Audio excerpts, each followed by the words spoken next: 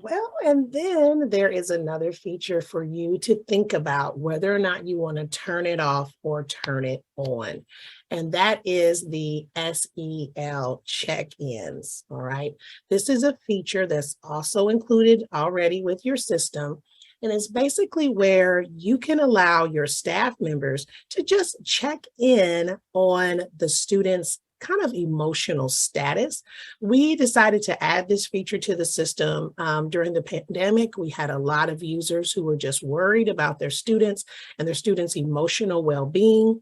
And so we added this feature. So staff members could basically, especially from a group, they could click here on this SEL button, the heart with the check mark inside, and then they could go and just, weigh in on how the students were feeling. And then that's being tracked in the system and data is being collected. So what we do love about it is that, you can definitely check virtually in on that person. So you don't have to be right there with them. You can, put it right into the system after connecting with them in some way. You can use it regarding the web portal and the app. All of the settings for this can be customized by you in the settings. And then, as we said, there are definitely many reports that can be pulled up for you to see the data. So, like we said, as far as being able to make those checks, it's very simple. All that, your staff members would do if you have this feature turned on, we suggest doing it from their group page, their classes group page, clicking on that heart with the check mark inside.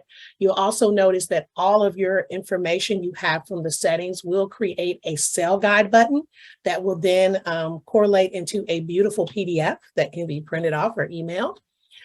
You can make all of these settings customizable as well, but they would just select which status matches that student at the time with also an optional comment and then submit. We also wanted to show you the settings options here. As far as when you hit that settings button from the main menu, you would then come here to where it says SEL check, okay? Now, if you're not gonna use this feature, turn it off. Or if you're not gonna use it at the beginning of the year, turn it off. How do you do that? You're just going to click where it says active, just deselect that. So just click on that check mark and then make sure you do click save. But if you are going to use it, you definitely want to make sure that you select active, okay, whenever you're ready to use it. And as we said, all of this information is customizable.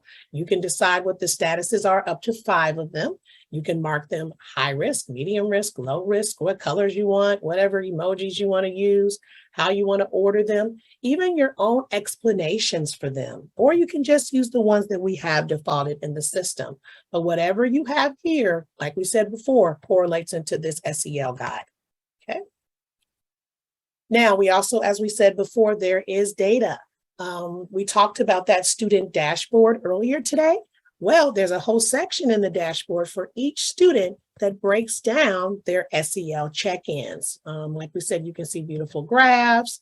You could also see any of those comments people have put when they've been doing status reports for them or check-ins for them. So just know that there's also great data that's going to help you work with the student and the families to make great data-driven decisions to help them and support them emotionally. Now, there are, like we said, we talked about those settings before that you can do, but we also wanted to show that you have the option of allowing your students to actually do their own check-ins. Yes, you can turn this on or off. So in that next section in the SEL check-ins in the settings is all about the student self-SEL check. So if you want the students to be able to do their own status checks in their app or web portal, you would just select allow students. If you don't want them to, then deselect it. But if you do allow them to, you have a lot of things that you can break down as far as how many SEL checks they can do per day. Maybe you just want them to do 2 that they would do of their own.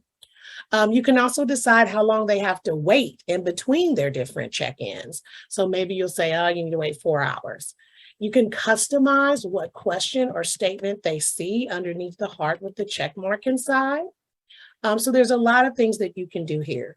And we do want to reiterate that family members are not going to be able to see any SEL check-in information.